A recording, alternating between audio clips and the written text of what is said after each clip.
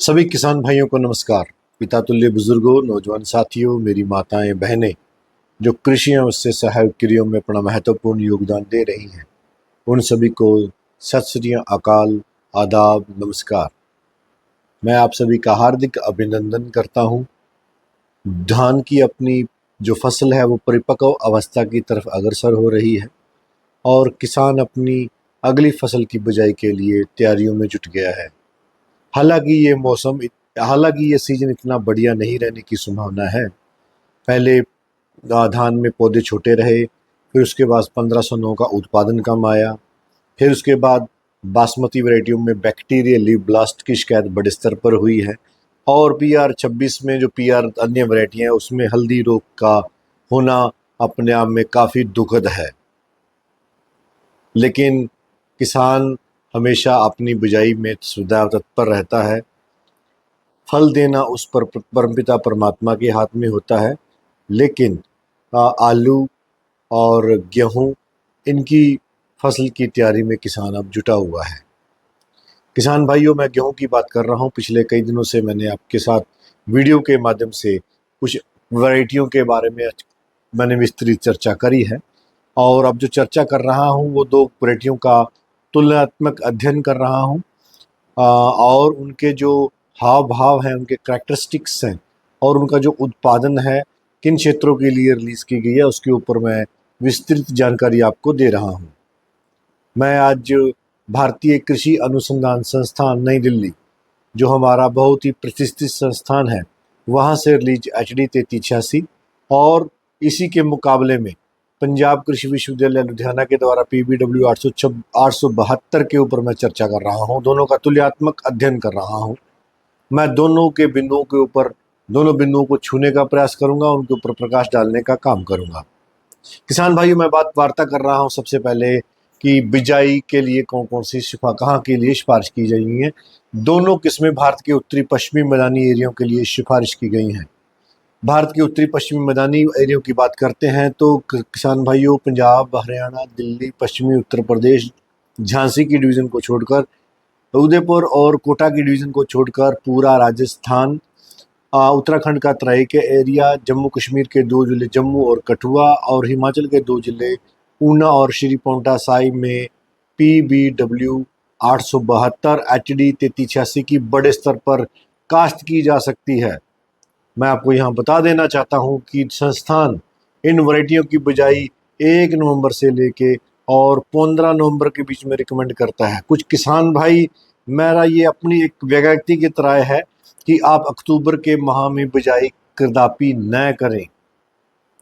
अगर आप बुआई करना चाहते हैं, सबसे उपयुक्त समय 1 नवंबर से लेके और 10 नवंबर के बीच में आप बुआई कर सकते हैं। किसान भाइयों, बुआई करते समय ध्यान दें इन दोनों वैरायटियों में कि आपने उर्वरक की मात्रा को संतुलित उर्वरक की मात्रा डालनी है, 1.5 बैग डाई अमोनिया फास्फेट। अगर ज़मीन में समस्या है दीमक की तो आप 2 ml क्लोरोपेरिफॉस के साथ 1 किलो बीज को ट्रीट कर सकते हैं। किसान भाइयों, यहाँ पे ध्यान देना कि दोनों वैरायटियों का 40-40 किलो बीज प्रति एकड़ के हिसाब से ड्रिल होना अनिवार्य है। और ये जो किस्में हैं, मैं यहाँ पे इनकी अवधि काल भी आपको बता देता हूँ। किसान भाइयों, जो सी PBW 872 है उसका जो अवधि काल है वो 152 दिन में पक्के तैयार होती है। HD 3386 है वो 145 दिन में पक्के तैयार हो जाती है। तो लगभग 1 हफ्ता कम लेती है HD 3386 PBW 872 से। किसान भाइयों, दोनों वैरायटियों में पीला रतुआ और भूरे रतुए का प्रकोप नहीं आता है और दोनों वैरायटियां का जो कद है पौधे का वो 98 से 100 सेंटीमीटर है, यानी दरमियाने कद की किस्में हैं। इनमें गिरावट दर्ज नहीं होती है। अब तक देखा गया है कि ये किस्में खड़ी होकर पकी हैं और गिरी नहीं है। टिलरिंग की बात करते हैं तो दोनों किस्मों की टिलरिंग बहुत लाजवाब है। हालांकि 826 का जो नाड़ है वो काफ़ी मोटा है, तो उसमें गिरावट होने की जो शंका है वो बहुत कम है। दोनों वैरायटियों का दाना जो सा है वो काफ़ी मोटा है, चतुर्भुजाकार का है, मोटा है और मोटा होने के कारण ये दोनों वैरायटियां उत्पादन में काफ़ी आगे निकल जाती हैं। अब से इनसे पहले रिलीज हुई वैरायटियों से इन दोनों वैरायटियों का उत्पादन कहीं ज़्यादा है। मैं यहाँ बात बता देना चाहता हूँ कि ये दोनों वैरायटियों का HD 3386 के 1000 दानों का भार 50 से 52 ग्राम है और 872 का 1000 दानों का भार वो 50 ग्राम है। तो कहने का भाव है कि लगभग दोनों वैरायटियों का उत्पादन सेम है। इससे पहले हमारे पास DBW 327 थी जिसके 1000 दानों का भार 46 से लेकर 48 ग्राम है। कहने का भाव कि ये दोनों वैरायटियाँ HD 327 DBW 327 से 3 से 4 क्विंटल उत्पादन अधिक देने की क्षमता रखती हैं। अगर हम कागजों में बात करते हैं, संस्थान कागजों में हमारे को क्या बता रहा है, कितना उत्पादन है। HD 3386 का 64.5 क्विंटल प्रति हेक्टेयर के हिसाब से भी उत्पादन, औसतन उत्पादन लिया जा सकता है और मैक्सिमम उत्पादन 74.9 हेक्टेयर क्विंटल प्रति हेक्टेयर के हिसाब से उत्पादन लिया जाता है। किसानों की भाषा में बोलूं तो 25 क्विंटल एवरेज उत्पादन संस्थान HD 3386 का बताता है और अधिकतम उत्पादन 30 क्विंटल और 31 क्विंटल तक इसका पोटेंशियल यील्ड दिया जा सकता है। 10 किले की एवरेज, 9 किले की एवरेज हमने देखी है, इस वैरायटी ने 31 क्विंटल की दी है।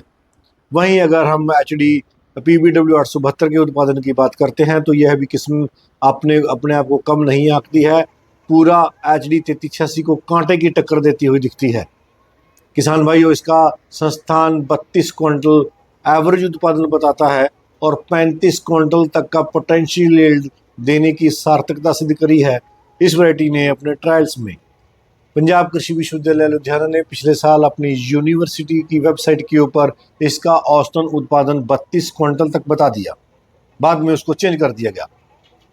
मैं आपसे बताना चाहता हूं कि दोनों वैरायटियों का बीज हमारे पास बिक्री के लिए उपलब्ध है। जो किसान भाई लेना चाहते हैं हमारे साथ संपर्क कर सकते हैं। किसान भाइयों, मैं आपको यहाँ बता देना चाहता हूँ कि हमारे जो बड़े बुजुर्ग थे, हमारे पूर्वज थे, वो 45-50 मन गेहूँ का उत्पादन लिया करते थे। लेकिन उसके बाद एक ऐसा दौर आया कि हम 60 मन तक चले गए। लेकिन 327 ने आने के बाद एक नए आयाम और रिकॉर्ड स्थापित कर दिया। वो उत्पादन 60 मन से लेके 70-75 मन तक चला गया। लेकिन अब जो वैरायटियाँ 3386 और PBW 872 आई हैं, इन्होंने नए आयाम स्थापित करने का प्रयास करेंगी।